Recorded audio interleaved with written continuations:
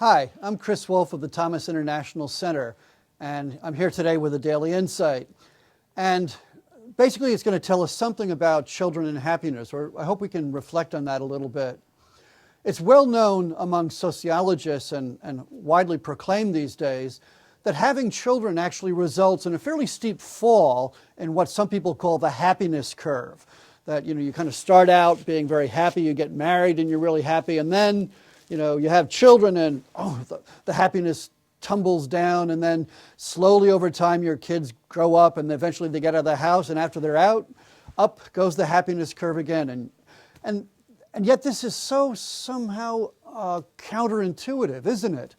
To think that children are so associated with unhappiness. I mean, some people point to the fact that these young people who are single and getting ahead vibrantly in their careers are much happier than those people who go ahead and have kids.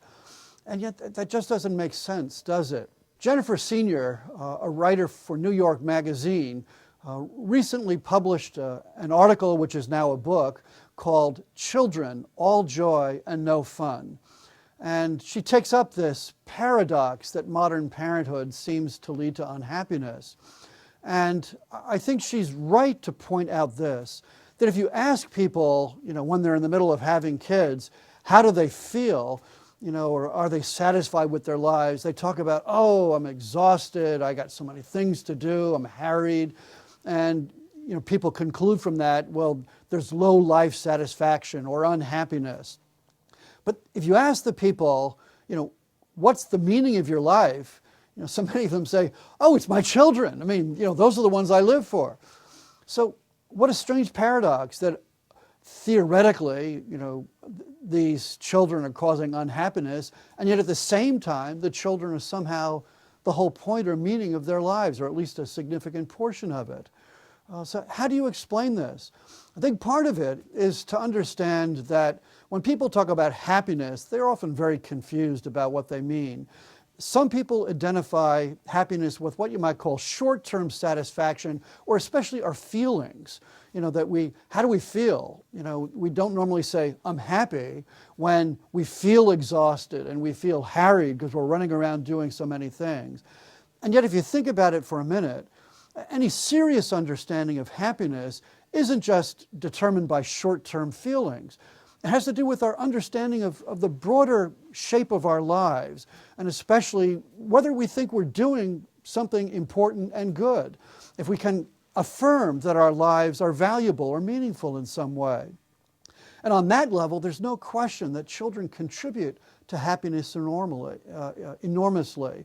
And as Senior argues, it's pretty clear that children play a very significant role in most people's happiness, in their understanding of what they're doing in life and the important things that they're doing.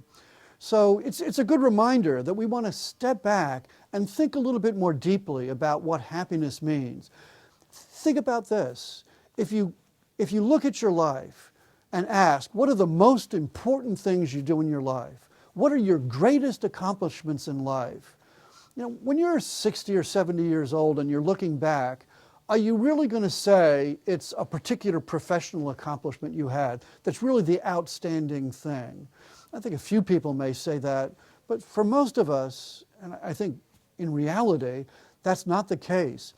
Having a child is bringing into existence a new human being that has an eternal destiny, that's alive now and will be alive forever, here and in the life hereafter. And nothing that we can do, let's say professionally, really compares with this kind of accomplishment, to sacrifice ourselves, to dedicate ourselves to bringing into existence this new human being that has this eternal destiny. So we should sometimes, as parents, step back and, in a paradoxical kind of way, remind ourselves that we're happy. It's a strange idea that we have to remind ourselves that we're happy, but that's the way we human beings are. We're sometimes dominated by our short-term feelings, and it's important to somewhat get over that, to step back and to see the ultimate truths about our lives.